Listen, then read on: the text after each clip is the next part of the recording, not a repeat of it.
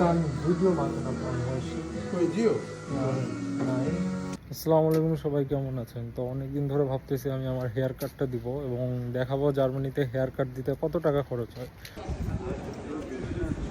এই হচ্ছে আমার সেলুন, আমি এখানে হেয়ার কাট করব।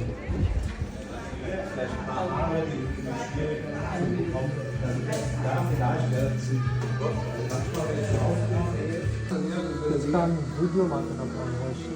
Video? Nein.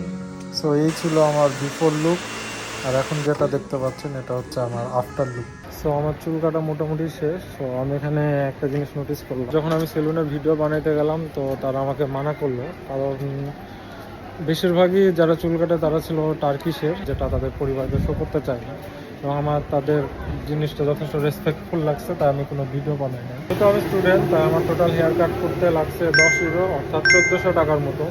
সেই ছিল আজকের ভিডিও, দেখা হবে নতুন ভিডিও।